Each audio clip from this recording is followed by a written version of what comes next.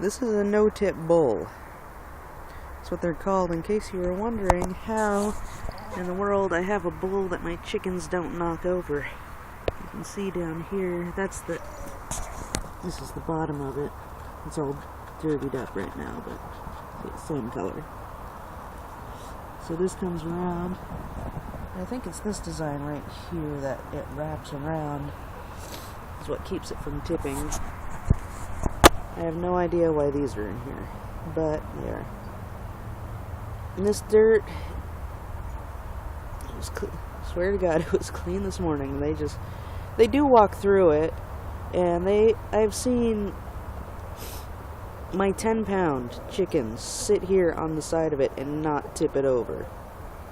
But they walk through it so the dirt from their feet gets on there, but I shake it out every single morning. Then they just walk through it again. But not only that, they're pecking on the ground, and then they go to drink and there's dirt on their beak, so that gets in there. This one's a lot cleaner because they can't step through it, but you can see there's still some dirt in here from their beaks. Little beaks. Now, this one, this part is separate from this part, and you fill this up and you set it down. This one you have to put up against something, otherwise they're gonna try to step on it, or they'll try to jump up on this, or they will knock it over. The point being, they will knock it over. So if you want to do one of these, it's gonna be best to stick it in a corner like over there, or I have it up against this. Which, having it up against this, in the last 4 or 5 months, it's only tipped over twice.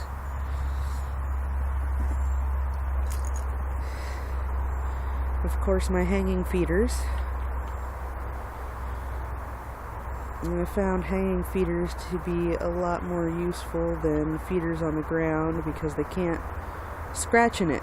And when they scratch in it, they send everything flying. You get a whole lot of waste, and I use pellets so that they don't end up playing with it. Hi, Bo, we're talking to you.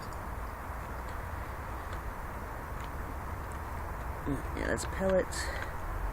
The inside, when you don't clean them out, gets a little dirty, and one of these days when I have access to a sink, I'm gonna take everything and scrub it, either when I have access to a sink or when it's a little bit warmer. That's a good way to get frostbite right now. And I have another one of those no-tip bowls over there. Another feeder over here. I'm hoping I'm gonna get another feeder over here. I want one more feeder over here. And the reason why the feeders are so spaced out is so that when one chicken decides to dominate a feeder, that the other chickens will have other feeders to go to. This one, the dirt has settled, so you can see the water's clear. It's just dirt that's settled on the bottom. And there's George. George the rooster. He's fake. But I've tricked many a people into thinking that he's real. There we go.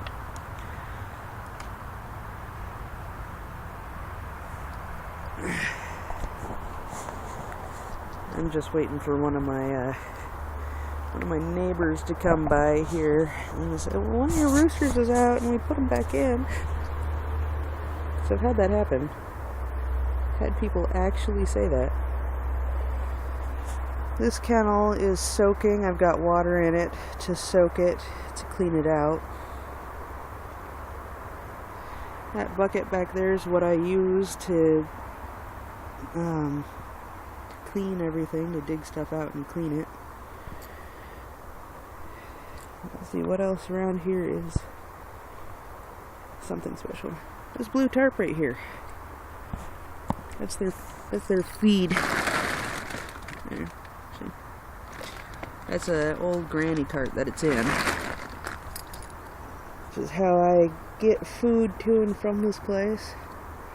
There's old bags back there in case I need to bag something up. Oh, and there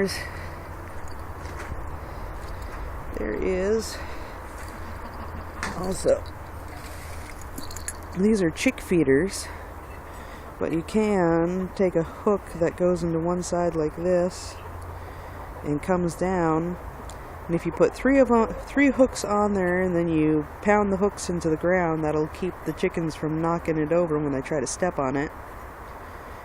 And you can also tie a string around here,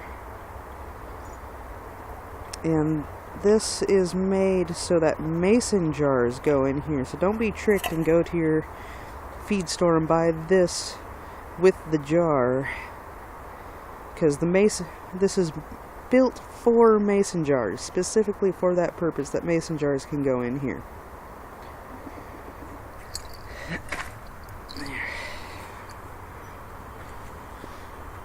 Now, there's lots of different feeders and waterers that one can use,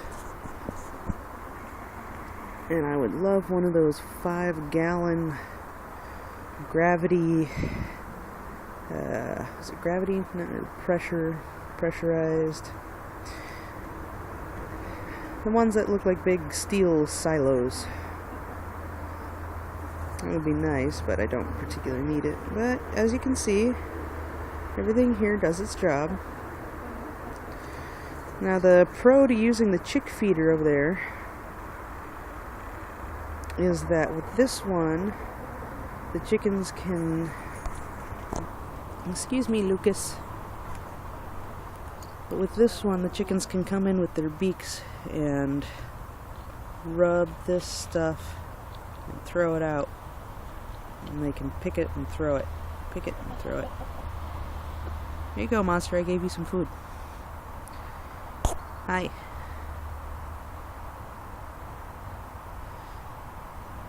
So that's why I don't... That's one of the reasons that a chick feeder might be better than these. But for all intents and purposes, these are great. The only thing you have to worry about is this. Okay. That thing right there has a 3mm nut. And you will, I guarantee that you will lose that 3mm nut. So I've just gone and bent it. I had to go in with needle nose pliers, you can't get in here with anything else, and bend it. And this is a chain for bird feeders at Walmart. I think it was ridiculously cheap. I think it was like 39 cents or something like that. And then this is just this is actually plastic coating for computer wires. And that's tied up there. So one thing I'd like to do is actually get some strings from here to there so I can tie something in here where it's not going to get rained on. It'd be really nice. But that's a project for another day.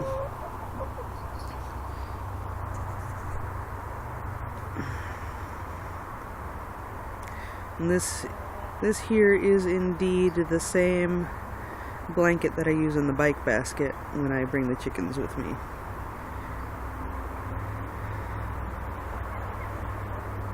And of course the suet feeder. That's not necessary, that's just a toy for them. Something to play with.